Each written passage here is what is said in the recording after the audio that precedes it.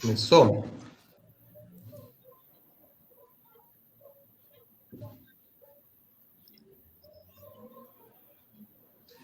Boa noite, bom dia, boa tarde para quem vai nos assistir posteriormente. Meu nome é Moisés Lima e faço parte da EagleCare. A EagleCare é uma startup do Vale do Rio dos Sinos, aqui na Unicinos, incubada no Parque Tecnológico São Leopoldo, Tecnocinos.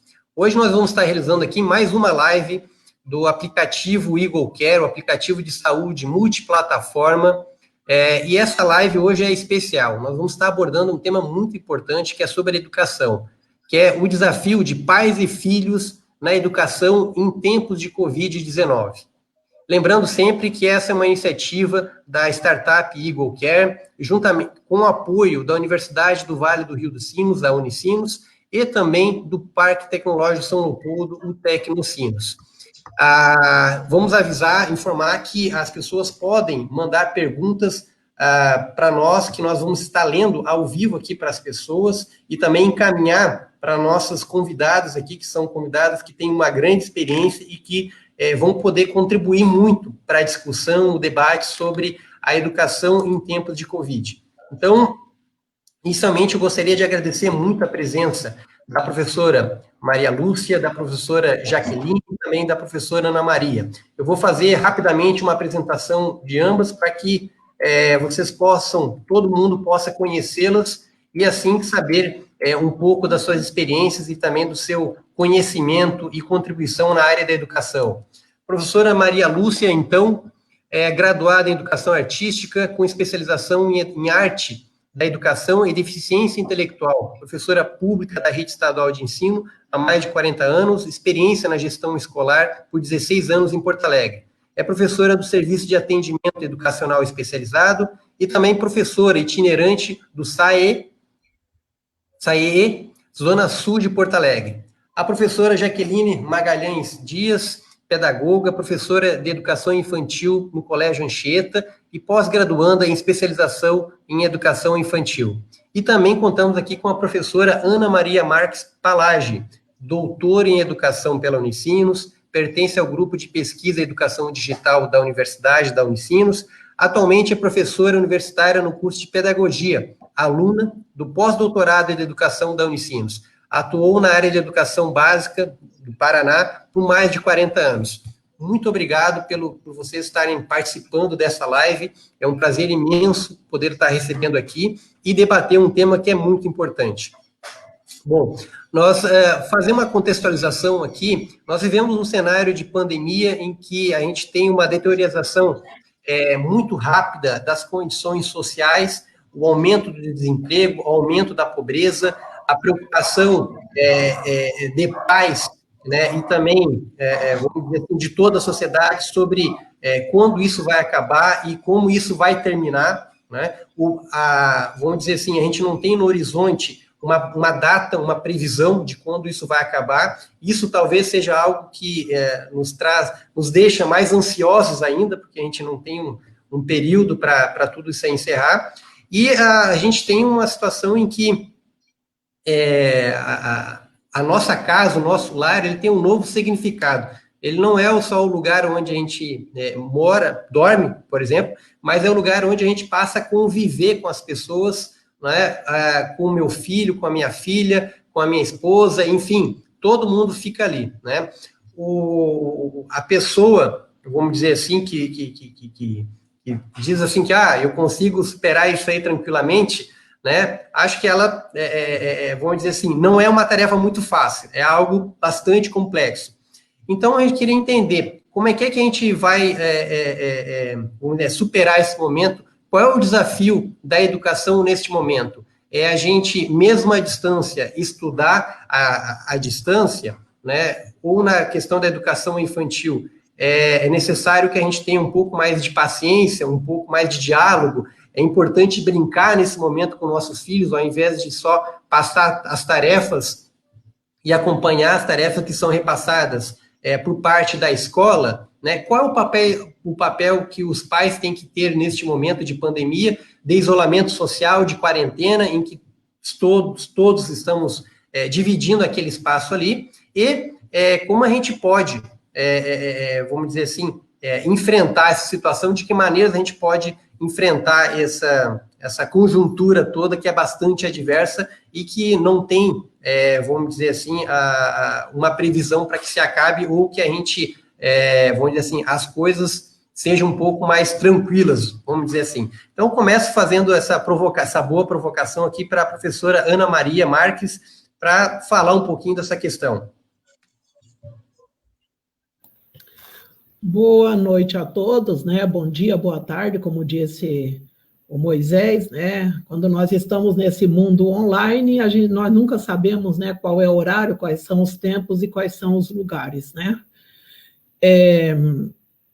Na verdade, quando nós nos deparamos aí com a pandemia, até na nossa conversa anterior estávamos aqui colocando, né? Quando nos deparamos quem? Professores, pais, alunos, gestores públicos, né? Gestores das escolas, em uma situação nunca vivida.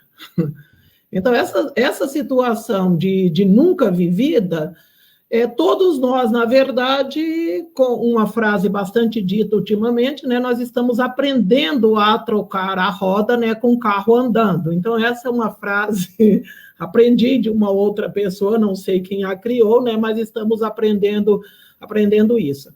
O que necessitamos efetivamente, só para iniciarmos a nossa conversa, é termos esses espaços de debate, né? E os espaços de debate, nós temos ouvido muito mesmo esses espaços quando se trata dos professores, da formação dos professores, como é que os estados, os municípios, talvez a rede privada está oferecendo isso. Mas fica mesmo esse elogio aqui para esse espaço preocupado com os pais, né? E os pais que não são professores, se tornaram professores de um dia para outro, né? Como é que esses pais hoje poderão colaborar com esse processo, com esses processos, né, de ensino e aprendizagem aí aos alunos? Então, espero um bom debate, né, apesar do pouco tempo que teremos, porque seria um debate mesmo até o fim da pandemia. E vamos lá. Tá certo, então, tá certo. Professora Maria Lúcia, na rede pública de ensino, a gente tem um grande desafio pela frente, né? A gente sabe que é inevitável pegar e tratar da questão da rede pública de ensino também com as questões sociais. A rede pública de ensino hoje está preparada para receber, né, e para realizar esse trabalho da educação à distância? Os professores, eles estão recebendo todos os, vamos dizer assim, insumos necessários para que o ano letivo, para que as aulas sejam retomadas? Como que está sendo os cuidados que estão sendo tomados para que se possa dar continuidade para as aulas? Boa noite a todos, né? Moisés, o que está sendo feito na rede pública estadual? É um universo, para começar, nós somos um universo muito grande, quase 70 mil professores, temos 800 mil alunos, dividido em educação infantil, fundamental e médio. A questão hoje que se percebe é a seguinte: professores não estavam prontos para trabalhar, né, assim. Pais não estavam prontos para pegar essas atividades e ficar com seus filhos em casa fazendo. A questão que se vê no Brasil hoje é as dificuldades que nós vemos socialmente. Quanto à rede privada, ela tem um aparato muito bom.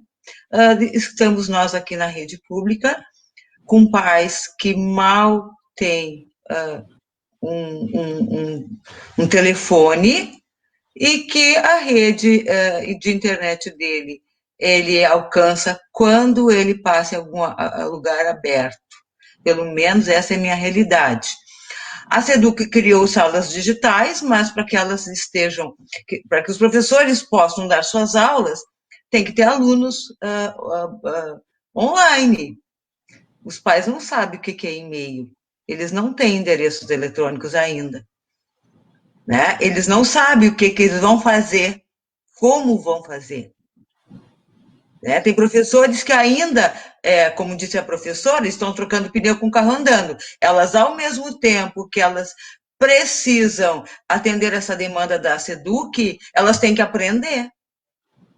Porque a nossa rede, os professores hoje, eles têm professores com 25 anos de serviço que começaram a trabalhar no mimeógrafo, passaram pela máquina de xerox, mas o xerox não chegou na escola ainda.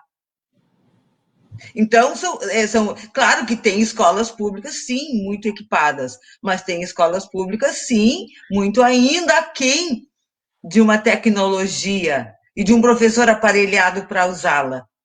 Então, é um universo que ele é muito, muito amplo para eu focar só e dizer assim, não, a SEDUC fez isso, a SEDUC está fazendo, a SEDUC está tentando, os professores estão fazendo, os professores estão tentando, os pais estão fazendo, os pais estão tentando, alunos estão, entende? Então, cada um à sua maneira está fazendo o seu possível, mas estamos sim trocando a roda com o carro andando. Tá? Tá certo, obrigado, professora Maria Lúcia. E professora Jaqueline, né, qual é o modelo de escola neste momento, em virtude dessa pandemia? É aquela escola que passa muitos deveres de casa para os seus estudantes, que passa várias, vamos dizer assim, temas para que as crianças realizem? O que é mais importante neste momento?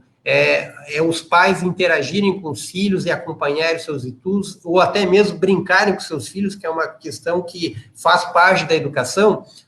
Onde é que está o equilíbrio aí para que, vamos dizer assim, tanto a educação, né, vamos dizer assim, mas também esse lado afetivo, esse lado dos pais, sejam preservados nesse momento de pandemia? Boa noite a todos e a todas. Enfim, eu acho que eu inicio a minha fala dizendo que ninguém é especialista em pandemia, e está todo mundo aprendendo com a pandemia. Professores, pais, escola, todas as instituições, né, todos os segmentos da nossa sociedade. A escola privada, né, desde o momento que a gente entra em quarentena, a gente está ativo, trabalhando. Né? Então, posso dizer que desde o dia 18 de março, a gente está nessa forma à distância. Qual que tem sido o nosso objetivo, né, enquanto professor?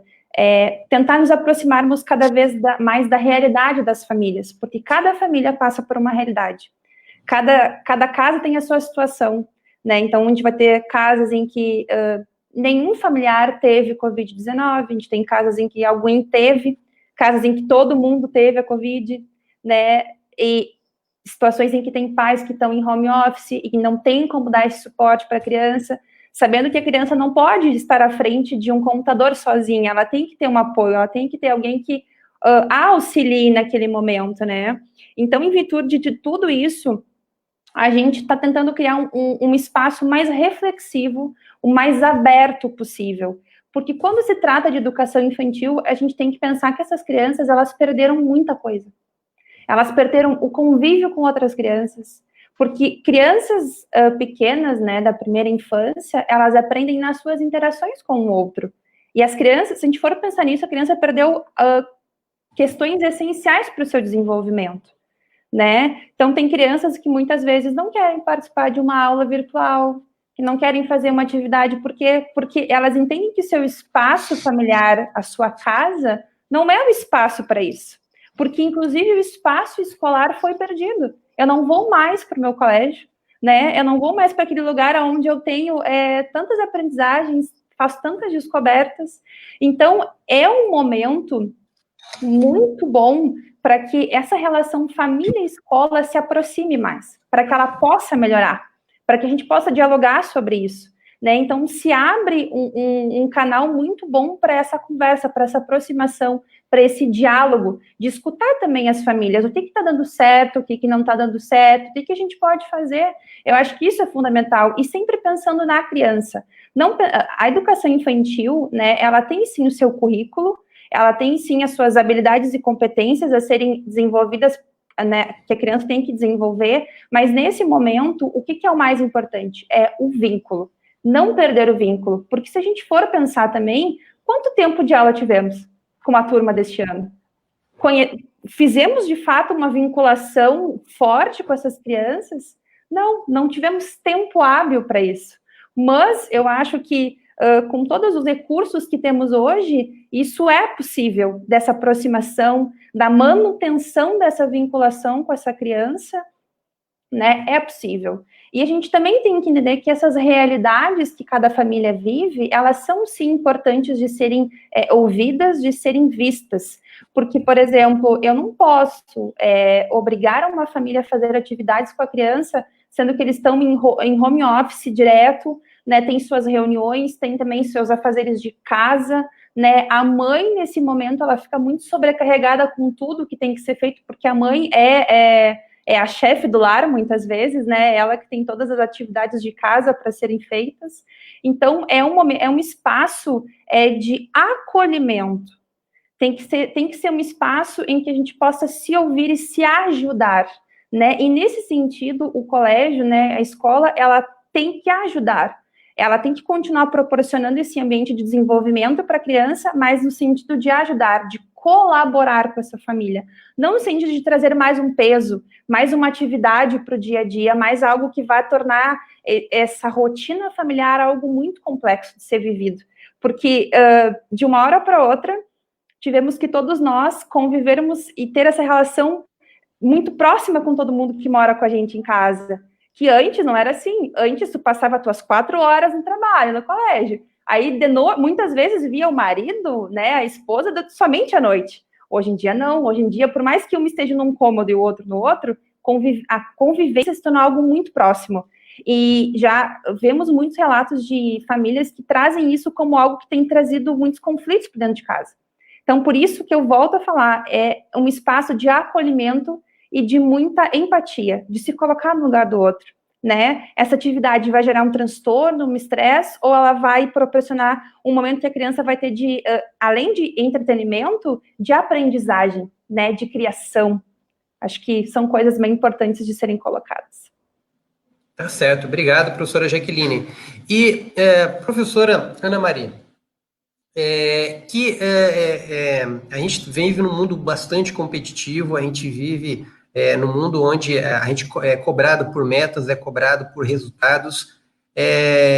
A educação, né, no caso dos filhos, né, os pais têm que exigir agora, nesse momento, né, ter essa cobrança no sentido de ter, vamos dizer assim, um resultado excelente, de ter, vamos dizer assim, as notas excelentes, enfim, cobrar aquilo que, vamos dizer assim, que a gente cobraria numa situação que, vamos dizer assim, sem pandemia, né? Ou seja, a gente não está, vamos dizer assim, estimulando um espírito muito mais, assim, que, vamos dizer assim, individual, ao invés da gente tentar passar um espírito muito mais coletivo de, vamos dizer, olha, a gente tem que ser solidário nesse momento, a gente tem que compreender, a gente tem que dialogar bastante, né?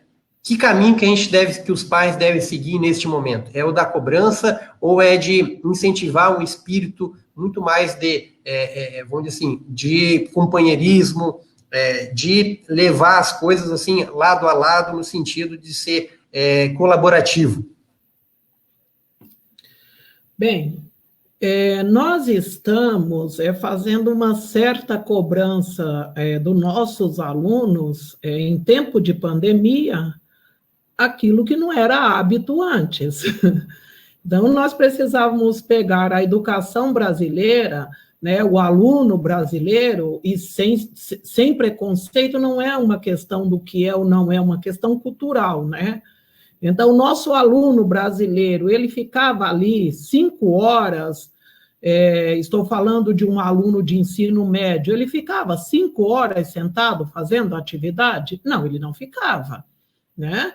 Então, um exemplo, eu convivo com algumas experiências de alunos de primeiro ano do ensino médio, onde eles iniciam a aula às 7h15 e terminam 12h15, certo? Mas, volto a dizer, né, a nossa discussão iria muito longe mesmo. O que nós podemos fazer nesse momento, nós pais, né, já que o debate aqui é o debate com os pais, o debate com a família, para que o meu filho, dentro das condições que ele tenha, ele consiga aprender, né? Ele consiga aprender o melhor possível, né? Aquilo que ele está dentro das condições dele, né? Mas aquilo que as outras duas professoras colocaram muito bem, né? Enquanto pessoa, enquanto ser humano, como é que essa criança, como é que esse adolescente está gerindo, ele está administrando, ele está gestando esse tempo. Então, aí nós também não podemos passar a régua e colocarmos todos na mesma linha, né? Eu tenho um aluno que ele tem o seu quarto, o seu computador, as suas atividades, e os pais, de repente, com uma graduação, uma especialização, né? Mas que tenha certa escolaridade, né? Que idade tem esse aluno, né? Esse aluno tem 10 anos, esse aluno tem 8 anos, esse aluno tem 4 anos, ou esse é um aluno da universidade? Então, aquilo que você pergunta, Moisés, eu tenho que cobrar essa qualidade? Eu tenho que ter o bom senso como pai, né? Hoje, todas as vezes que eu escrevo as coisas assim, vou enviar alguma coisa aos pais, eu passo um traço aos responsáveis, né? Porque aqui, nós três, aqui enquanto professoras, ou nós quatro, hoje a família não é que é constituída do pai, da mãe, da avó, do avô, do tio e da tia. Então, vamos chamar os responsáveis pela criança, né? Os pais / responsáveis, seja quem for, né? O que se pode ser feito dentro das condições que se tem a ser feito? Então, eu devo cobrar, sim, que a Ferrari chegue em primeiro lugar, mas eu não posso cobrar que a bicicleta com pneu furado chegue tal qual essa Ferrari. Então, volto a dizer, né, olhando aqui a hora, eu fico muito angustiada, até porque todo professor fala bastante, né, e quando abre o microfone para a gente é uma coisa, né. Então, a questão é o seguinte, é uma questão estrutural, financeira, econômica, socioeconômica do Brasil, né. Então, nós que estamos, né, nós vamos trabalhar com quem, né? Eu hoje trabalho com a universidade. Os meus alunos da universidade, que hoje eles estão sem atividades, mas irão começar, como é que esses alunos realmente poderão se sentir estudantes, poderão realmente aproveitar esse tempo? É possível, sim. Como que os alunos lá do Anchieta podem trabalhar isso? Mas os mesmos pais lá do colégio Anchieta ou da rede privada, eles também são pais profissionais, são advogados, são mecânicos, são as diversas profissões, eles não são professores, né? Os pais da rede pública, existe uma questão mesmo de estrutura, né? Uma questão de estrutura. Eu devo cobrar na medida daquilo que é possível.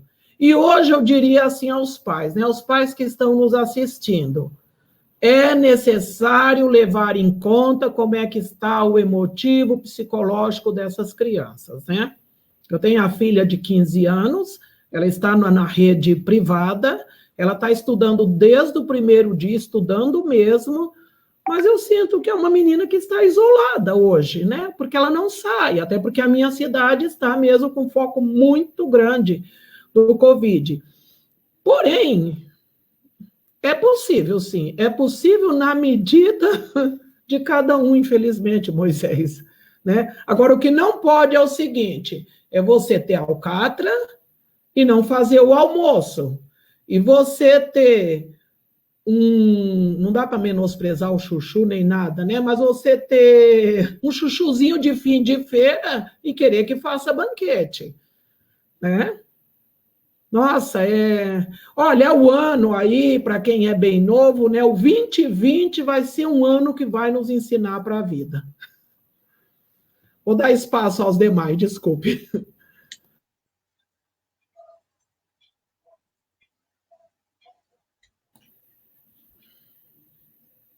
Moisés, desculpe, está sem o som. Obrigado, Isso professora. acontece ao vivo, como diz o Faustão, certo? É Fique verdade. tranquilo. É verdade, é verdade, é verdade. E obrigado, professora Ana Maria. E professora Maria Lúcia, né? Esses dias eu vi uma cena que é uma cena que até há pouco tempo atrás era algo normal, né? Mas eu encontrei, não que esteja estimulando o não distanciamento social, mas encontrei duas crianças na frente de uma casa, né, jogando futebol, né? Ou seja, que é uma cena que é rara, né? Eu moro num conjunto de prédios em que a pracinha ela nunca mais foi ocupada, né? Ela está lá sozinha lá, né? Então, enfim, como falaram a professora Ana Maria, a professora Jaqueline, os pais, né? Eles se tornaram, vamos dizer assim, meio que por obrigação, os melhores amigos, né, dos seus filhos, né? Porque é com eles que eu vou interagir, com eles que eles vão brincar ali no dia a dia, né? Na sua percepção, como é que os pais podem reagir neste momento e colaborar para que, seja no aspecto educacional ou seja no aspecto afetivo, eles possam, vamos dizer assim, ajudar, porque também a angústia, acredito que do filho e da filha, seja, eu não estou vendo mais meu amiguinho, minha amiguinha que eu tinha lá, que eu brincava sempre, né? Eu não tô mais saindo com eles, né? E de repente eu tenho que ficar aqui dentro de casa ou dentro do meu apartamento com a minha família e eu não tô mais brincando, né? Como é que os pais têm que reagir a esse momento, né? Ou seja, sendo parceiros, sendo amigos, ou sendo aquela pessoa, né, que, vamos dizer assim, que não precisa se preocupar, que os professores é que vão cumprir com esse papel através da educação? Bom, eu precisaria pensar assim, que pai e que criança, né? Mas eu acho que sempre a gente tem oportunidades dentro de casa para se trabalhar a ludicidade com essa criança, com esse adolescente. Então, tudo pode se transformar numa brincadeira, né? Exemplificando, eu tenho atendido um neto diariamente, tem lareira em casa, então eu disse, tu quer me ajudar a fazer o fogo? Eu disse, quero, vó, então vamos. O que tu acha que precisa? Então, eu ensinei para ele como é que fazia fogo, e claro, estamos em aula, eu e ele, então nós vamos desenhar agora uma história em quadrinho de como é que esse processo do fogo.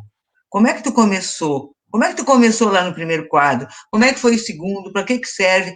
Aí, claro, eu tenho essa formação, eu disse, tu sabe como da caverna usava o fogo assim, assim, assado. Então, posso usar sempre a minha casa como um espaço de aprendizagem. Uma criança muito pequena, 3, 4 anos, tu pode segurar para a mamãe o vamos aspirar a casa? Eles adoram participar. Vamos juntar os teus brinquedos? Vamos organizar par com par de sapato? Vamos separar por cor essa tua roupa? De quem é essa roupa? Do papai, da mamãe ou da criança? Qual é a maior, qual é a menor? Claro, se eu tenho um adolescente, eu já não posso com aquele adolescente que já não tinha regra, que já não tinha horário, que já não tinha nenhuma disciplina, querer enfiá-lo de 4 horas em cima de uma mesa e estudar. Não tem. Eu não vou criar disciplina no aluno que nunca teve uma regra. Então, a família, nesse aspecto, ela já deveria saber gerenciar esses conflitos. Se ela já não sabia, não posso ensinar no meio do furacão. Não dá para agora, neste momento que estamos todos em casa, que ninguém mais se aguenta, não é? Uma coisa é eu morar num espaço enorme, que eu tenho pátio, que eu tenho árvore, que eu tenho galinha, pato, cachorro, para brincar, ou morar em 50 metros com uma família inteira e um pai trabalhando. Ou uma mãe que está desempregada.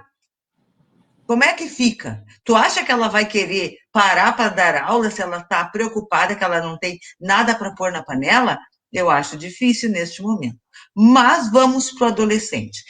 O adolescente eu negociaria, porque eles gostam de ter a contrapartida nossa. Tu não tenta impor para um adolescente, estabelecer horário. Então, nós vamos ter que negociar. Claro que sim, o adolescente que já tem acesso ao mundo digital fica mais fácil. Agora, como trabalhar uma família que tem dificuldade financeira, que mora num espaço pequeno, que o pai não tem, não é alfabetizado. O que fazer? Vou eu, como professora, exigir que ele me apresente, como disse a professora, dou uma carne de terceira e quero que ele me apresente bife macio? Não dá, gente. Então, eu acho que a gente tem que quanto pai e quanto aluno, temos que dar protagonismo de acordo com o que cada um pode dar. Não tem como a gente querer que as famílias que não estão estruturadas, tem famílias que têm doenças na família, tem gente que não tem, a mãe tá em casa e ela tem filho bebê. Como é que ela vai atender o outro? Ela tem um de 2, tem um de 1, tá grávida, tem um doente, porque a vida não parou para a pandemia acontecer. A vida continua, a vida vai continuar. E eu tenho que gerenciar. Claro, tem família que o que é mais importante? Eu entregar a atividade que a professora pediu ou eu botar comida na mesa? Qual é a questão agora? Então, gerenciar essas urgências, eu diria assim, é gerenciar urgências. Então, não está fácil. Não está fácil. Então, eu acho que cabe o bom senso ao professor, ele ter essa empatia com esse aluno, né? Exigir dele o que ele pode, o que é possível para ele neste momento. E a gente pode, não se aprende só de forma formal. Nossos antepassados, a maioria era analfabeto, existia aprendizagens. Então, elas não eram formais, não eram em bancos de escola, mas aconteciam as aprendizagens. Não sei se te respondi, Moisés. Respondeu sim. Obrigado, professora Maria Lúcia. Professora Jaqueline, esses dias eu estava assistindo uma live, né, também sobre educação, e estava relatando que uma aluna recebeu como tarefa fazer uma resenha de um filme, né? E o nome desse filme era Pandemia, né? E a aluna, assim, ficou super assustada, né? Porque ela foi assistir o filme Pandemia, né? Ela já era uma adolescente já, mas ela entrou, vamos dizer assim, praticamente em pânico, né? Vendo, assim, toda a repercussão, vamos dizer assim, as consequências, né? No caso de uma pandemia nessa escala que nós estamos vivenciando atualmente. Que tipo de atividades os professores, seja do ensino infantil, seja do ensino para adolescentes, né, devem estar passando? São atividades mais pesadas, densas, ou são atividades que, vamos dizer assim, incentivem a reflexão, incentivem, né, um pensamento diferente, vamos dizer, um pensamento onde a gente trabalha muito mais com a questão de colaboração, com um pensamento muito mais do coletivo, né? Que tipo de atividades, nesse momento, é importante que os professores estejam passando para os alunos, seja eles infantil ou ainda adolescente? Acredito que assistimos a mesma live. Eu achei, enfim, um absurdo, né? Porque o momento, eu volto a falar, é de acolhimento. Eu não estou acolhendo quando eu assusto. Porque qual é o pensamento que pode ser uma criança, pode ser um adolescente, né? Vai ter de um filme desses? Que a coisa está ficando muito difícil e eu vou me assustar. Porque todos nós fizemos esse movimento de nos voltarmos para nossa casa, né? Então, nós adultos já temos os nossos conflitos, e nós adultos já conseguimos lidar de forma melhor com tudo isso. Imagina uma criança, que eu volto a falar, né? Que foi privada de coisas essenciais para o seu desenvolvimento. Imagina uma adolescente que está no plano de desenvolvimento social, né, tá descobrindo muitas coisas, está se descobrindo também, né? Imagina só o que eu faço com essa criança, com esse jovem, né? Esse adolescente, se eu mostro esse tipo de, se eu mostro esse tipo de conteúdo para ele, né? Falando um pouquinho do meu campo, da minha área, que é a educação infantil, se a gente fosse falar em currículo, o principal currículo da educação infantil é a vida cotidiana da criança, né? Essa criança está em pleno desenvolvimento. Então, quando a gente é necessário esse isolamento social, a gente pensa muito fortemente nisso. O que a criança pode fazer dentro da sua casa? E mesmo assim, ainda conseguir desenvolver essas competências e essas habilidades que são tão necessárias para uma criança pequena e que também são necessárias para um adolescente, né? Digamos assim. Então, por exemplo, se pensa o que se pode fazer dentro de casa. Então, começaram a surgir muitas, com a criança da educação infantil, né, de ir para a janela e começar a ver o que se pode ver através da janela. A se observar o que acontece, observar o vento, o que eu vejo, quais são as sensações que eu tenho a partir daqui, porque com criança pequena, já se faz um trabalho muito forte, socioafetivo, né, trabalhando as emoções, os sentimentos de uma criança que está aprendendo a sentir e muitas vezes não sabe como expressar isso. E imagina dentro de uma casa fechada durante tanto tempo. Porque, por exemplo, eu vou dar a realidade do meu condomínio, né? Todas as áreas de convivência social estão fechadas. O máximo que a família consegue fazer com essa criança é sair para dar uma volta em volta ao condomínio e voltar para sua casa. A pracinha está fechada, né? A brinquedoteca está fechada, todos os espaços estão fechados, né? Então, essa família muitas vezes tenta porque se saia porque não conseguiu mais estar dentro de casa.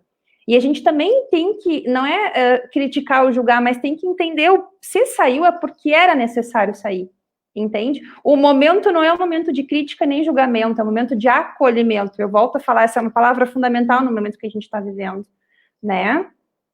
Então, esse trabalho de validação dessas emoções, validação desse sentimento, né? Muitas vezes, as crianças não querem participar de uma aula virtual. Eu vou dizer, não, fica aí que está acabando, fica aí que vai vir algo muito legal. Eu vou dizer, tudo bem. Às vezes eu também não sinto vontade de fazer determinada coisa. Aí eu me aproximo dessa criança. Eu não estou criticando nem julgando a atitude dela, mas eu me aproximo dela e digo assim, tudo bem, eu também sinto vergonha às vezes.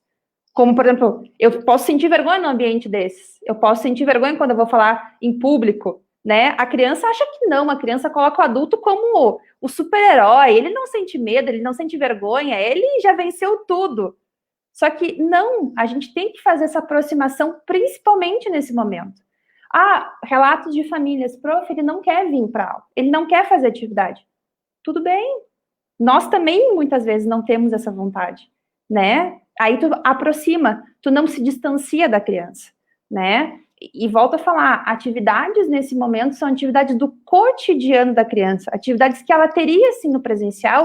Algumas coisas a gente pode transpor para a distância, mas muitas coisas precisam ser adaptadas. Adaptadas porque eu não posso pedir determinada atividade para o pai e ele não tem esse recurso em casa. Ele vai precisar sair da sua casa, correr o risco de ir de contaminação, indo até um supermercado, indo até uma livraria, indo até uma loja, que agora, nesse momento que a gente está vivendo em Porto Alegre, né, que é a cidade onde eu moro, está tudo fechado, não tem como.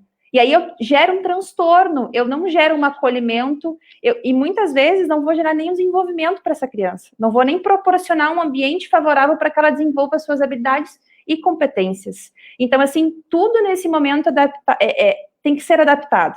O professor adaptou a forma de dar aula, o professor adaptou tudo, o professor que não se vê no lugar de youtuber, agora é youtuber, porque faz vídeos, né? O professor, falo por mim, não tinha habilidades de editar um vídeo. Eu aprendi a editar um vídeo. Então, numa situação ruim, a gente tem que saber extrair o máximo de coisas boas dela. E acredito que na educação, né, de crianças, jovens e adolescentes, a gente também tem que ver isso. A gente tem que conseguir extrair o melhor da criança durante esse momento. E o melhor da criança, né, e jovens e adolescentes, nesse momento, é acolhimento, é se colocar no lugar deles, né, não cobrar no sentido de tem que fazer, tem que produzir, tem que gerar, não, né, mas no sentido de eu tô aqui contigo se tu precisar, né, tá te sentindo assim? Eu também me sinto assim, e tá tudo bem a gente se sentir assim, porque principalmente na educação infantil, a validação dessas emoções, o trabalho dessas emoções, porque ao longo de todo esse tempo, né, a gente não pode dizer assim, eu vou trabalhar só atividades matemáticas, atividades motoras, né? Não, eu também tenho que olhar para essa questão das emoções. Socioafetivo, como é que tá, né? Porque, volto a falar, as casas têm tido muitos conflitos. E a gente também tem que dar ferramentas para essa criança conseguir utilizar nesses momentos também. Não sei se eu respondi, falei demais também. O microfone está fechado, Moisés. Eu também estou me acostumando com essa vida agora aqui de mediador aqui na live. Aqui. Então, às vezes me perco aqui um pouco aqui.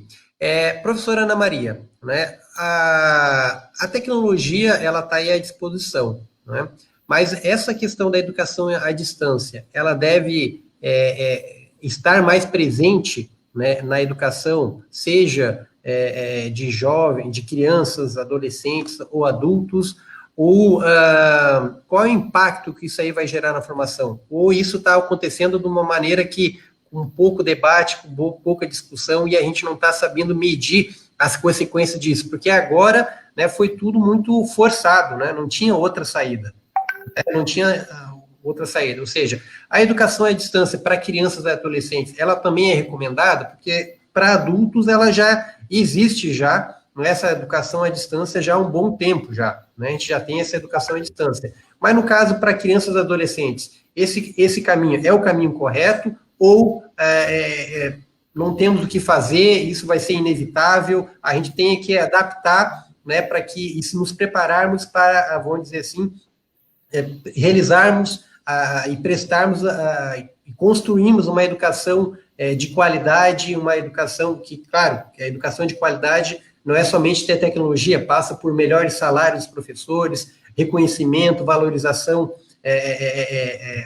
do profissional de educação, enfim. Para que caminho que a gente está nos dirigindo nessa questão do ensino à distância? Bem, deve ser umas 4, 5 teses de doutorado, tudo que você perguntou, né, rapaz? Mas, assim, nós temos duas coisas.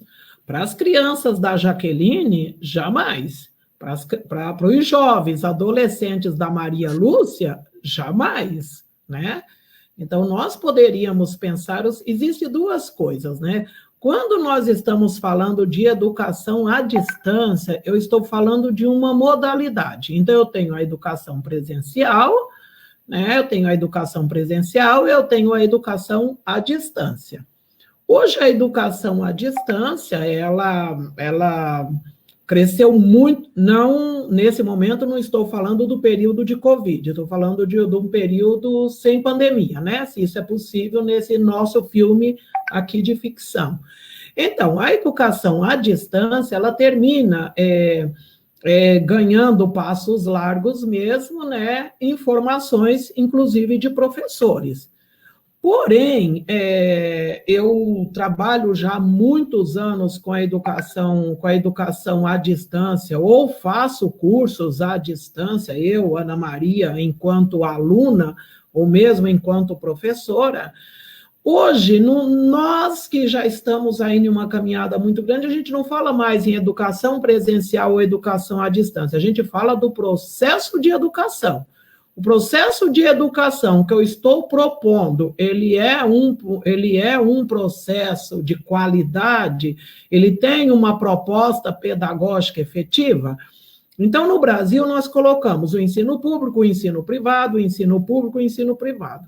O ensino privado, que é tão criticado, principalmente por nós nas universidades públicas, não há problema nenhum, desde que ele seja de qualidade. Bem como o ensino público, não há problema nenhum se ele seja de qualidade.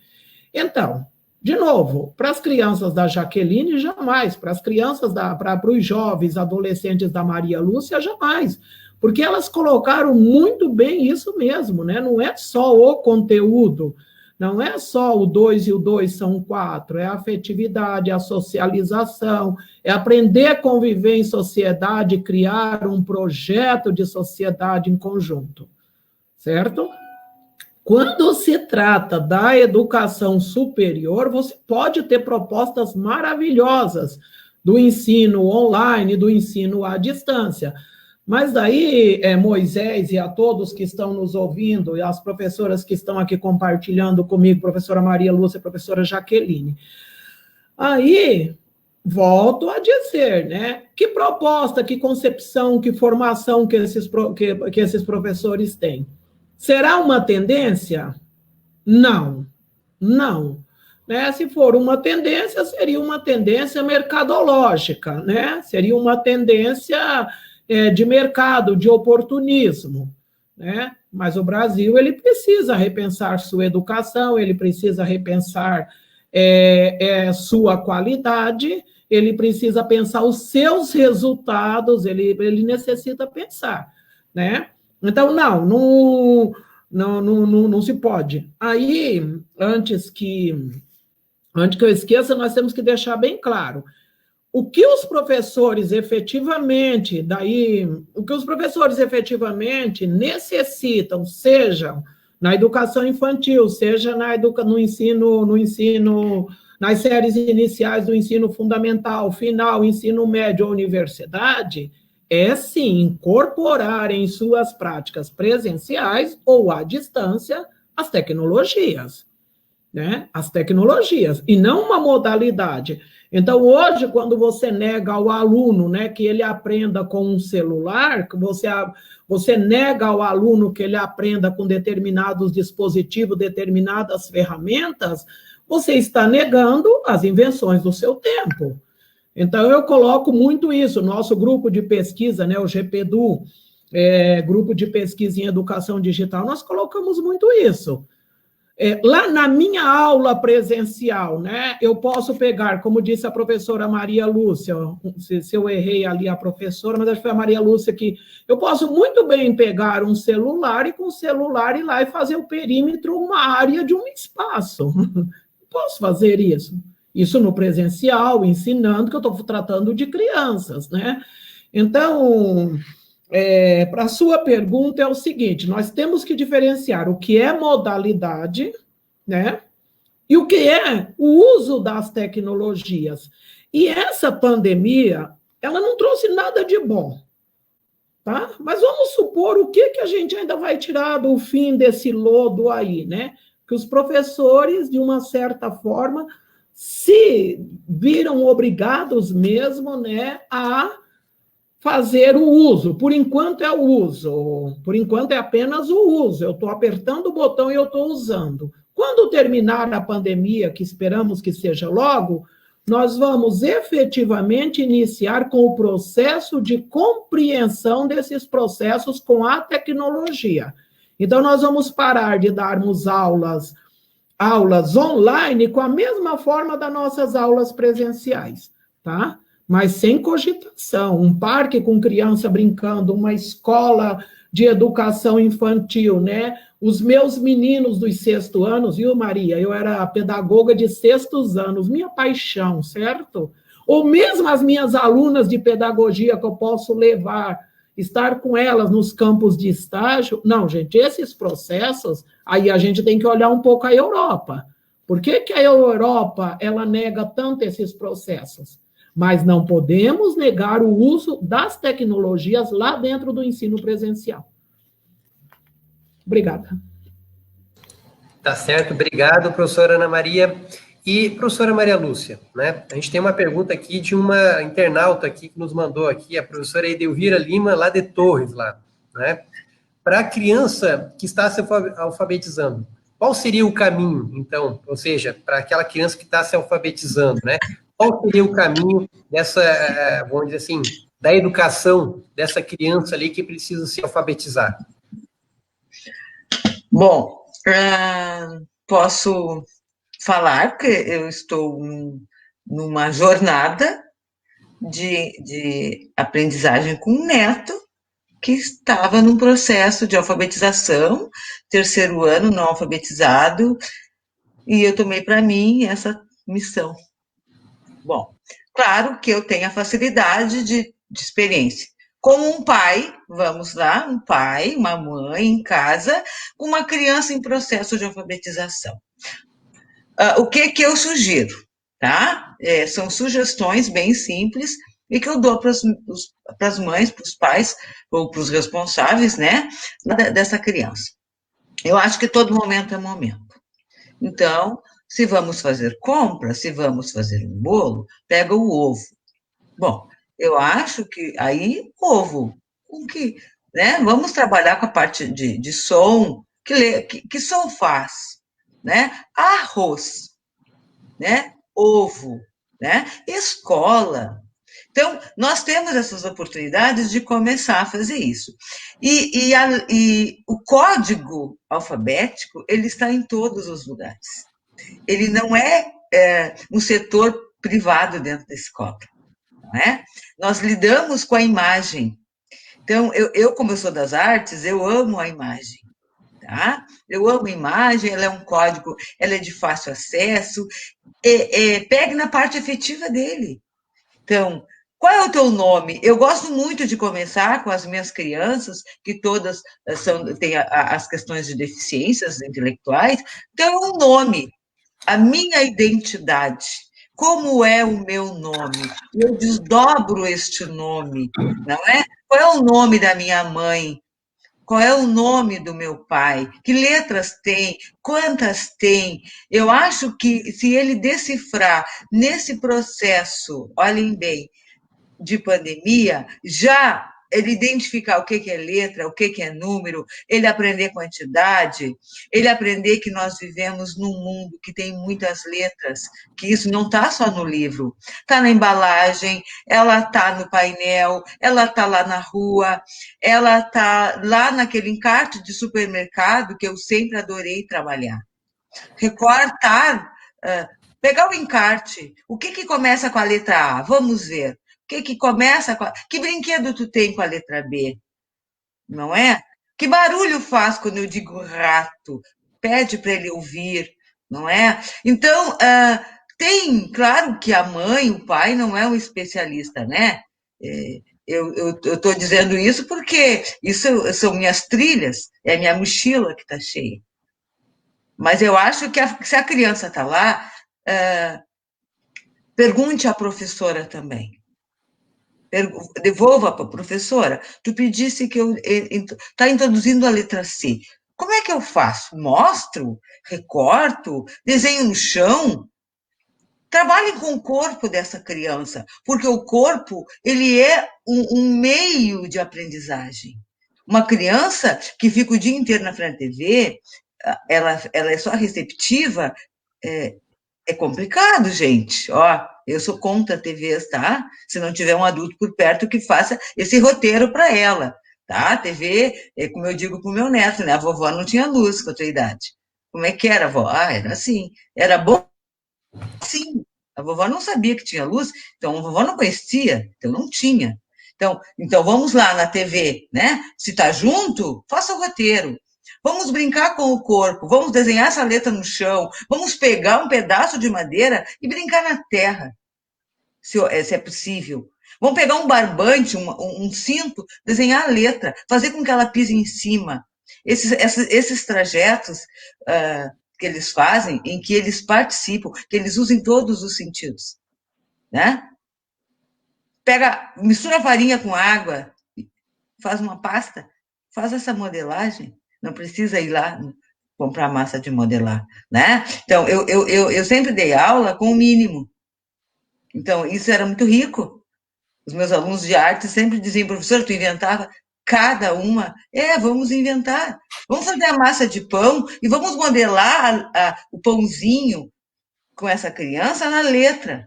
É possível. Com a pasta de dente, sei lá, não é? Com o dedo, com a tintura da beterraba no papel. Então, é possível, vamos fazer tintas de pedaço de giz, né? É possível botar o espinafre, dar o verde, né? Então, dá para se fazer. Então, como vai trabalhar? Em casa, alfabetização, sim. Mas não se preocupem, a alfabetização é um processo que começa lá no primeiro ano e vai o resto da vida. Ela não é estanque, ela não vai parar. Estudar é preciso a vida inteira. E nós não ficamos bons de um dia para a noite. A gente vai ficando. A gente vai ficando. a gente vai se alfabetizando. É processo, né? Ele vai agora, nesse primeiro momento, identificar o código apenas. E depois ele vai associar essas letras. Então, mas isso tem tempo, gente. Tu não precisa começar com 4 anos, como tem mãe que quer, porque quer que ele aprenda a ler. Eu disse, tem a escola, que o processo é rico. Agora não tem a escola, mas em casa a gente pode inventar, inventem, criem, não fiquem com medo de sujar as roupas, tá? A criança, é bom que se suje, vamos mexer nessas panelas, né? Fazer grãozinhos de arroz, pintar o arroz, colar o feijão, estalar pipoca, pegar, fazer cordões de pipoca. Então, são coisas que tu tem dentro de casa, que tu pode fazer. Criar um silabário, um alfabeto, só com rótulos. Pintar a primeira letra. São coisas assim que pode ser explorado, tá? Pode ser explorado. Cole no espaço que tem em casa, eu não digo quarto, porque nem todos têm quarto, só para si, cole no seu espaço, essas conquistas que eles fizeram, esses desenhos, não é? Então, eles vão se apropriando. Isso é processo, gente. Isso é um processo que começa, esperamos que quando retome, a gente tenha algumas coisas para contar, para retomar. Temos que retomar, né? A escola ela é fundamental como espaço social de construção de conhecimento e aprendizagens, tá? Mas a casa também pode ser momentaneamente, tá bom? Eu acho que falei até demais, nós estamos quase esperando. Tá certo, não, mas vamos lá. Obrigado, professora Maria Lúcia. Professora, né, como é, tá? Quais são os benefícios, né? A senhora que trabalha com educação infantil, que a participação dos pais na educação dos filhos nesse período de pandemia, né? O que a gente pode esperar de uma criança que tem essa participação, né? Em termos da formação dele, né? Como cidadão, né? Como um cidadão, ou seja, mas também da psique dele, né? Quais são os benefícios que isso traz? Porque eu acho que é importante ressaltar muitas vezes, porque a gente vê que os pais muitas vezes transferem essa responsabilidade para os professores, né? A educação, né? Isso aí quem cuida dos professores, e aí eu só cuido aqui de pagar o boleto aqui e não tem mais responsabilidade nenhuma. E não é bem assim, né? O pai e a mãe têm uma responsabilidade imensa, né? Que nós sabemos. Quais são os benefícios com essas atitudes que a professora Maria Lúcia falou agora, que os pais podem estar desenvolvendo na sua casa, para uma criança, né, no seu desenvolvimento? Bom, lá no início do ano, quando a gente conhece as famílias e a gente recebe elas, né, eu tenho uma fala que eu acho que é muito simples, mas é muito valiosa. Eu sempre digo para os pais que a gente está firmando um compromisso. Nós somos uma grande equipe. Eu não consigo nada sozinho sem eles, e eles acreditam todo o desenvolvimento dessa criança a mim, eles confiam essa criança ao professor. Então, nós somos uma grande equipe, né? Nós não trabalhamos sozinhos, nós precisamos deles, porque a escola se torna uma extensão da sua casa, né? E nesse momento, a escola, ela está na casa de cada criança. E nesse momento, a gente conta muito, muito, muito com a ajuda dos pais. A gente sabe que eles não são professores, que eles não são especialistas da área, mas a gente conta muito com a colaboração, com se colocar à disposição para auxiliar essa criança. Ao final de cada aula virtual, eu sempre agradeço a presença deles, porque sem eles ali, muitas coisas não são possíveis. Porque, por exemplo, se falando de educação infantil, né, se tu vai fazer um jogo de bingo, né, para reconhecimento das letras do nome, né, os meus alunos, eles têm 4 anos, né, para visualização desse nome, para começar essa relação com o meu nome, quais as letras tem, quantas letras tem, né, eu mostrava ali a letra, eles diziam, qual que é essa? Eles ficavam procurando, eu sabia que tinha no nome deles, mas se o pai não está ali do lado para dar esse apoio, esse suporte, muitas coisas não são possíveis. E eu volto a falar, acho que algo muito importante, algo bom que a quarentena nos trouxe, foi poder estreitar essa relação dos pais com a escola. Eles viram de perto como é o nosso trabalho. Muitas vezes, né, falo da minha realidade, eles estão ali do lado da criança vendo tudo o que está sendo feito. E hoje, eles podem, e a gente tem visto que eles estão valorizando tudo que temos feito. Eles têm dito, nós temos visto quanto o professor tem se reinventado para conseguir dar conta de tudo que é necessário dar conta. Eu acho que isso só veio para nos ajudar. Eu costumo dizer que de tudo que é ruim, a gente tem que tentar extrair pelo menos alguma coisa boa para a gente. E eu extraio disso. Eu extraio isso de toda essa pandemia, né? Essa relação que nós temos aperfeiçoado e melhorado, né? Porque sem a ajuda dos pais, certamente nós não conseguiríamos fazer muita coisa. Porque muitas vezes é o pai que vai lá atrás da criança, que conversa com ela, que traz, né, ela, que coloca ela na frente do computador, que prepara o ambiente. Muitas vezes os pais, eles fazem um lanchinho para a criança estar na frente do computador com a prof, né? Então essa relação, ela está sendo aprimorada. E eu saio dessa quarentena feliz em relação a isso, porque eu acho que isso era algo que vinha, escola e famílias vinham num processo muito complicado, e hoje eles têm visto o nosso trabalho e têm conseguido valorizar o nosso trabalho, algo que nós, professores, sempre estamos correndo atrás, da valorização do nosso trabalho, porque a nossa sociedade não valoriza, né, o nosso país não valoriza, mas eu acho que com toda essa pandemia, algo de bom vamos conseguir extrair, que é isso, a valorização, né, e enfim, os pais, eles são fundamentais nesse processo que a gente está vivendo, porque, volto a dizer, sem a ajuda deles, muitas coisas nós não conseguiríamos.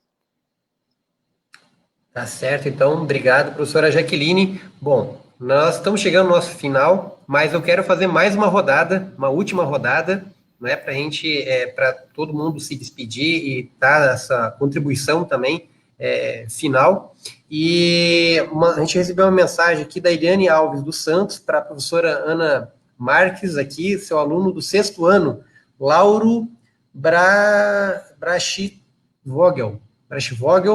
diz que sente sua falta, palavras do Lauro, gostaria de ter conhecido melhor. Então, aí, o reconhecimento aí do trabalho da professora Ana Maria, mas que, com certeza, engloba todos os professores que lutam pela educação neste país, né? Então, eu gostaria de agradecer muito a professora Maria Lúcia, também a professora Ana Maria, a professora Jaqueline. Vou deixar aberto aqui para que cada uma possa pegar e fazer essas considerações finais desse tema, que é muito importante. A gente vive uma situação bastante difícil. Infelizmente, a gente sempre fala que a educação é importante, mas hoje, por exemplo, nós não temos nem ministro da educação no nosso país, né? E é algo que assusta muito, e a gente vê que a gente está muito longe de chegar a valorizar de fato a educação, como também valorizar de fato os professores, seja na questão não só da carreira, mas a valorização do profissional, não é que né, inegavelmente, infelizmente, no Brasil, isso não ocorre. Bem como os investimentos na educação, na estrutura, na sala de aula, na escola, enfim, tudo isso aí a gente sabe que ainda está muito distante, né? Então, eu queria abrir e, professora Ana Maria, lhe agradecer, né, o espaço, né, que a senhora disponibilizou na sua agenda para estar participando desse debate aqui, e as suas palavras aí para que, vamos dizer assim, pais e alunos enfrentem, né, essa situação que a gente está enfrentando agora juntos, né, como foi falado aqui, e de maneira muito criativa, como disse também a professora Maria Lúcia, consigam criar alternativas e tendo esse acolhimento que a professora Jaqueline também sempre colocou, enfatizou bastante aqui. Então, obrigada pela oportunidade, né? Até por estar junto com as professoras. Muito bom, agora eu sei que a Jaqueline está lá com os meus ideais, a professora Maria Lúcia. E eu realmente não poderia aqui me despedir, né, sem... Eu realmente fiquei emocionada, né, com a mensagem ali do Lauro, né? Eu me aposentei, já tem 1 ano, já me separei do Lauro há 1 ano, né? E o Lauro é uma pecinha que eu vou levar para o resto da minha vida, né? Mas a gente percebe aquilo que a Jaqueline disse, esse carinho, né? E no dia agora, no dia da pedagoga, no dia da pedagoga, que foi agora no meio da pandemia, eu recebo um áudio de um aluno, que era um dos alunos bem danadinhos mesmo da escola, já não estava mais lá na escola, e ele disse, hoje é dia da pedagoga, eu tinha que te encontrar. Estou falando de um menino de 6º ano. Então, prezados pais, isso, na verdade, é quando nós, professores, somos professores, né? Então, professor é professor, pai é pai, né? Porém, esse carinho, aquilo que o Wesley também pergunta, que é um outro aluno, não foi o Wesley, quem perguntou foi a Laura, desculpa, qual é a opinião dos professores sobre a provável mudança de postura dos pais? Qual vai ser a mudança de nós, enquanto os professores? Que postura que nós vamos ter de agora em diante, né? E os pais da agora em diante? Eu acho que os pais vão começar a pensar no papel do professor e o professor pensar no papel dos pais. Todos nós não podemos sair dessa pandemia como entramos, né? Nesse processo educacional. Lauro, a Eliane, né? Meu carinho, a Eliane é meu carinho pelo Lauro. E na pessoa do Lauro vai o abraço a todos os nossos alunos mesmos desse Brasil grande. O Lauro é um aluno de uma escola pública, né? O nosso carinho. Eu efetivamente me emocionei. Tá? Um beijo grande, gente. Muito obrigada. Tá certo. Muito obrigado, professora Ana Maria. Professora Maria Lúcia, né? Suas considerações finais. E como a senhora vê a perspectiva que a professora Ana Maria colocou, né? De que como nós vamos sair, eu acho que a boa notícia que a gente pode dizer é o seguinte: essa pandemia vai acabar. Nós não sabemos quando, mas vai acabar, né? Mas qual é a sua perspectiva, né, de como que nós vamos sair em termos de educação nessa relação de pais, alunos e professores e inclusive a escola, né? Ela sai fortalecida ou ainda a gente tem um caminho ainda, seja no setor público, seja no setor privado, longo a percorrer para a gente melhorar de fato, né, e termos uma educação no Brasil digna e de qualidade para todos e todas? Bom, gente, quem começou no século passado, como eu e Ana Maria, né? Então a gente brinca e a gente sempre ficou. Estamos aqui ainda, eu ainda estou nativa, e esperando que dias melhores virão. Na rede privada, eu acho que se tem um pouco mais condições de aporte, de uso de tecnologias, mais conforto, digamos assim, tá? Mas também sei que não é fácil, porque como todo pai tem um carnê, ele acha que isso é um serviço que ele paga e ele quer esse serviço de volta. Ponto. Acredito que a pandemia nos trouxe o uso de tecnologias, tá? Que isso não vai parar, isso não pode parar. Então, quando o uso do telefone celular apareceu, as professoras ficavam muito bravas, mas quiçá eu tivesse lá no meu início, em 80, uma imagem para mostrar aos meus alunos de um Van Gogh, né? Então, assim, eu dou aula hoje com o celular na mão, porque se o aluno diz, o que é isso? Eu digo, tá aqui, ó. Eu mostro, né? Eu não posso andar para trás. Eu tenho que acompanhar esse movimento. Eu não posso deixar o meu aluno lá porque ele mora lá na periferia, porque ele mora na palafita do Rio Guaíba, sem saber o que acontece. Claro que dentro do universo dele, eu tenho que dizer o que está acontecendo, não é? Também não preciso chocar, né? Não preciso chocar ninguém. A realidade, ela não precisa ser escancarada duramente para um aluno que não tem a compreensão dessa realidade.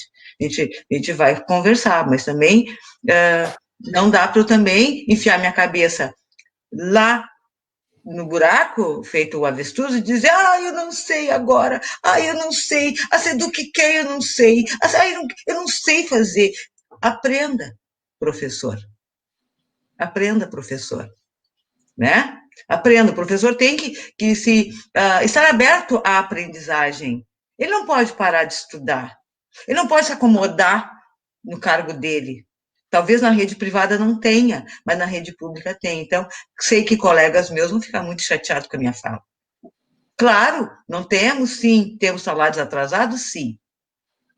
Temos salários atrasados, somos mal pagos, mas eu acho que a gente tem condições de, dentro do mínimo que se tem, fazer o nosso melhor.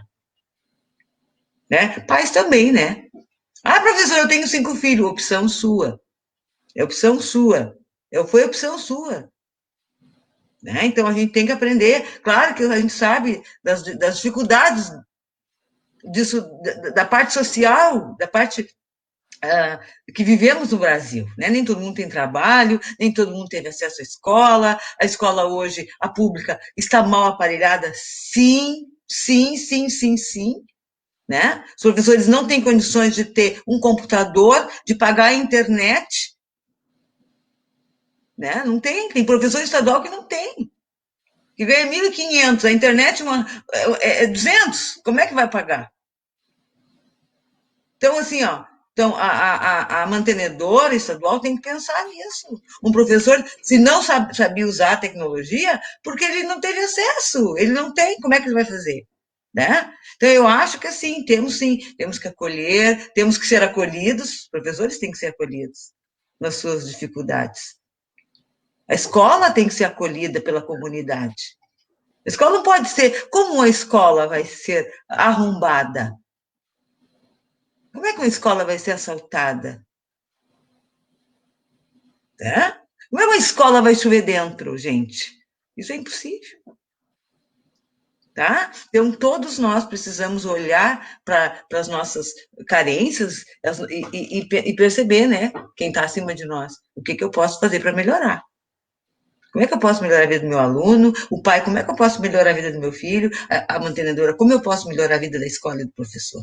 Esse é o meu recado. Assim como a gente acolhe, nós também queremos ser acolhidos. Muito obrigada pela oportunidade, né? Eu também tenho muita saudade das minhas crianças. Tá certo. Um beijo. Muito obrigado, professora Maria Lúcia. Né? Vamos continuar aqui com a professora Jaqueline. Ó, a gente tem uma mensagem aqui, da Noraci, para a professora Jaqueline, da Noraci Kramachek, né? Orgulho de ti, Jaque, né? Que está colocando aqui. Então, dias de reconhecimento aqui dos professores aí pelos trabalhos aí. E, professora Jaqueline, né? A professora Maria Lúcia falou dessa participação, né? Que todos devemos ter, enfim. Mas e a sociedade, né? Qual é o papel que a sociedade deve ter com relação à educação brasileira? Né? Como que é que ela deve, neste momento, estar se relacionando com a educação? Porque é muito fácil a gente dizer que tudo se resolve pela educação. A gente, nas rodas de conversa, a gente sempre ouve isso aí, né? Tudo se resolve pela educação. Mas, efetivamente, como que é que a sociedade pode, né, fazer a diferença e, de fato, a partir dela, ela tem uma postura diferente com relação à educação, né? Seja os pais, né, enquanto individualmente na sua família, mas também coletivamente, o que a sociedade deve estar realizando, que tipo de ações que ela deve estar realizando, para que, de fato, fortaleça a educação, fortaleça a escola, fortaleça os professores, né? Os professores, hoje em dia, eles têm que, vamos dizer assim, eles têm vamos dizer assim, uma importância muito grande, apesar de não ter essa valorização. Como que a sociedade deve reagir dentro desse contexto de pandemia também? Bom, mas eu acredito que comprometimento seria a palavra correta. Acho que comprometimento com a educação, comprometimento com as crianças, jovens e adolescentes. No momento que a gente encontra a nossa sociedade sem o ministro da Saúde, sem, né, ministro da Educação, a gente vê o descomprometimento com tudo isso. Eu sinto descomprometimento. Eu acho que tem que haver um comprometimento maior, porque na situação que estamos, as escolas estão fechadas, né? Eu ouvi uma live do Paulo Forte com a Bianca Stock esses dias, e eles se questionavam, e as crianças da escola pública? Que muitas vezes vão para a escola para poder fazer a refeição do dia, porque nas suas casas não tem. O que está se fazendo em relação a isso? Né? A prefeitura, o governo, o presidente, o nosso país se preocupou com isso? Eles olharam para isso? Né? Acredito que não. Então, eu volto a falar, é o comprometimento. Não só com a educação, mas com essa criança. Como é que está essa criança? O que ela está passando nesse momento? O que está acontecendo com ela? Né? Porque eu percebi um abismo muito grande. A gente já sabia desse abismo, mas esse abismo ficou muito mais claro com a pandemia, entre escola privada e escola pública. Que nem eu falei, o último dia trabalhado foi dia 17. que nós dissemos, a princípio 15 dias vamos ficar afastados. Já estamos há quantos meses? E não temos previsão de futuro, de quando vamos voltar, né? E aí, desde o dia 18, a gente está trabalhando, né? Parando, refletindo, conversando o que se pode melhorar, o que a gente pode fazer, né? O que as professoras colocaram muito bem, o professor, ele é uma classe de profissional em que ele não se acomoda, ele está sempre em busca de conhecimento, né? Não tem essa de, tem que fazer um vídeo, não sei fazer um vídeo, eu vou lá e faço da forma como eu consigo, eu corro atrás, eu busco informação, né? Eu mesmo, eu senti em mim uma grande vontade de aprender mais durante a pandemia, de correr atrás de recurso, de descobrir ferramentas, né? O professor em si, falo mais ou menos mais da minha geração também, nós temos alguns preconceitos com as tecnologias, e de uma hora para outra nos deparamos com elas como fonte principal, né, do nosso trabalho. Eu fico 4 horas presenciais com uma criança. Hoje eu fico 4 horas presencial com computador. Ele é a minha sala de aula agora, ele é a minha fonte de trabalho, o meu recurso, né? Então, acredito que o comprometimento com a educação, comprometimento com o professor, dando recurso para o professor, sim, porque o professor, ele precisa de recurso, né? Assim como as crianças, né? Tem um movimento muito bonito que é, tu pode pagar a internet para alguns jovens que estão estudando para Enem, estudando para vestibular, tu pode, né, pagar a internet para eles. Olha que negócio legal que surgiu no meio da pandemia, né? Que ação bonita é essa, porque sim, temos um abismo, temos sim muitas coisas para melhorar e mudar, mas muitas coisas bonitas também surgiram na pandemia, né? Eu, em diversos momentos, me encontro emocionada em várias coisas que a gente faz, né? Eu atendi uma criança no sábado passado e ela estava me mostrando algumas atividades. No meio das atividades, ela assim, isso aqui não é atividade, prof. Eu falei, mas tu não quer me mostrar? E ela, tá, eu vou te mostrar. E era uma figura humana, e eu perguntei para ela, quem é essa pessoa? O que tu desenhou? Me conta um pouco mais sobre esse desenho. Prof, eu quis te desenhar porque eu tô com muita saudade. Né? Então aquilo te emociona, porque, por exemplo, é um toco de gente, é uma criança bem pequena e que chega tão profundo no teu coração, né? Então, naquela manhã geladinha de sábado, meu coração se aqueceu com todo aquele carinho, com todo aquele afeto. Ou seja, é possível, sim, se fazer tudo de forma tão bonita como a gente faz no presencial à distância. É o ideal? Não. Não é, principalmente na educação infantil, não é o ideal, falta o olho no olho, falta o afeto, o carinho, o colo é muito importante, mas estamos fazendo o nosso melhor, né, e eu queria aqui na minha fala, estender ela a cada professora que está nos assistindo, as professoras que estão aqui presentes, a Nora, que foi minha diretora no ensino fundamental, né, minhas referências, né, no meu processo de me tornar uma professora, porque eu sempre fui professora e nunca soube disso. Em determinado momento, eu descobri, aí sim que eu me vi como professora, né? E as professoras que passaram na minha trajetória, elas têm forte referência na minha tomada de decisão, né? Mas estendo a cada professora que estão com o salário atrasado, que estão tendo dificuldades, né, que não tem todos os recursos que no privado a gente tem, mas aos professores privados eu também estendo a minha fala, que é gratidão e orgulho de ser professor. Mais do que nunca, eu acho que a gente vai levantar a bandeira de ser professor e vai levantar a bandeira de pedir para os governantes do nosso país, do nosso estado, comprometimento com a educação. Nós precisamos disso, nós não precisamos de medidas provisórias, né? Por exemplo, agora na pandemia, de uma hora para outra se decidiu que ia tomar alguma atitude, né? Queria ser feita alguma coisa, mas só agora, por que não antes? Ou será que só as crianças do privado mereceram e as do público não mereceram? Por que tem esse abismo? Por que há esse abismo? Entende? Então, eu estendo, né, a minha gratidão, o meu orgulho e o meu acolhimento a cada professor, porque, sim, nós nos reinventamos muito e continuamos nos reinventando. E continuamos levantando a bandeira de sermos professores, né, para que as próximas gerações também queiram ser professores e tenham orgulho em ser professores, né? E agradeço muito esse espaço. é um espaço muito importante e necessário no momento em que estamos vivendo para a gente dialogar, refletir, conversar sobre esses temas tão importantes para a nossa sociedade. Uma honra também poder conhecer as professoras Maria Lúcia, a professora Ana Maria, poder dialogar um pouquinho com vocês. Essa troca é muito importante, a gente adora, né? Tanto que a gente fala bastante pelos cotovelos, né? E agradecer ao Moisés também pela oportunidade e mandar um beijo para alguns familiares meus que estão assistindo a nossa live também. Muito obrigada. Tá certo, muito obrigado, professora Jaqueline. Bom, eu acho que a gente vai ter que... Eu estou recebendo algumas mensagens aqui de torpedo SMS aqui, dizendo que não é para mim cortar a live, que tá muito boa. Tá muito boa e não é para mim cortar a live aqui. Mas, enfim,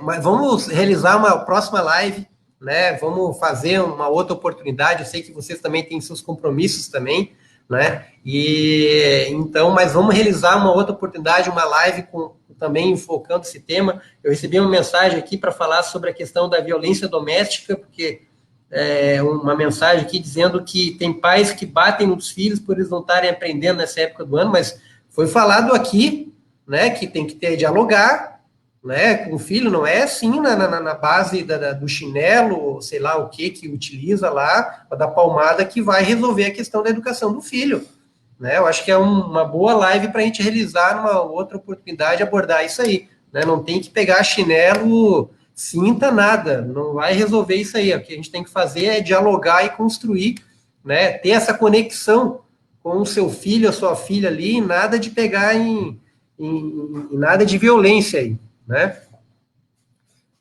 Então, enfim, muito obrigado mais uma vez, então, pela professora Maria Lúcia, pela professora Ana Maria Marques Palage, pela professora Jaqueline, pelo espaço. Avisar a todos que essa é uma iniciativa do Eagle Care, da startup Eagle Care, aqui no Parque Tecnológico São Leopoldo, Tecnocinos. Eu vou deixar para vocês aqui nas legendas, aqui para quem quiser conhecer o aplicativo de saúde, o Eagle Care, né, acessar app.eaglecare.com.br, e quem tiver interesse em continuar esse bate-papo, né, tem um serviço dentro desse aplicativo que é o do chat online, onde tem ali profissionais aqui da universidade, da Unicinos, da Escola de Saúde e de outras áreas do conhecimento, inclusive da educação, da pedagogia, tá? Então, os pais que querem conversar, né, com outros pedagogos sobre a questão da educação dos filhos nesses tempos de Covid-19, acessem o aplicativo, tem a funcionalidade lá do chat online e vai ser atendido por profissionais da área da educação, da pedagogia, e a pessoa vai poder esclarecer dúvidas, trocar ideias, pedir orientações sobre como deve proceder na educação dos seus filhos, ou até mesmo dos seus netos, né, professora Maria Lúcia? Né? Netos e netas, né, durante esse período aqui de pandemia, tá? Então, muito obrigado pela audiência, muito obrigado pela participação de todos, acesse o aplicativo, e nós nos vemos semana que vem, na quinta-feira próxima, com mais uma live sobre um outro tema, e amanhã nós vamos estar realizando uma live especial. Amanhã, às 18 horas, a gente vai estar realizando uma live no lançamento do aplicativo do Eagle Care, lá no estado do Acre. Tá? Então, a gente vai estar implantando lá no estado do Acre o aplicativo, vai ajudar muito as comunidades isoladas, né, a ter acesso aos serviços de saúde e receber atendimento médico. Então, quem conseguir participar, participe, que vai ser uma live especial, vai participar o presidente do Sindicato dos Servidores do Poder Judiciário, que encampou essa ideia e vai estar ajudando a fazer essa implantação lá no estado do Acre. Obrigado pela participação de todos, obrigado, professoras, né, de uma maneira muito fácil e simples, vocês, vamos dizer assim, falaram por milhões de professores que existem nesse país e representaram eles muito bem. Obrigado mais uma vez por essa aula que nós tivemos aqui, que vocês ministraram para nós com tamanha qualidade, tá? Mais uma vez, obrigado mesmo e uma boa noite para todos e todas. Até mais, valeu!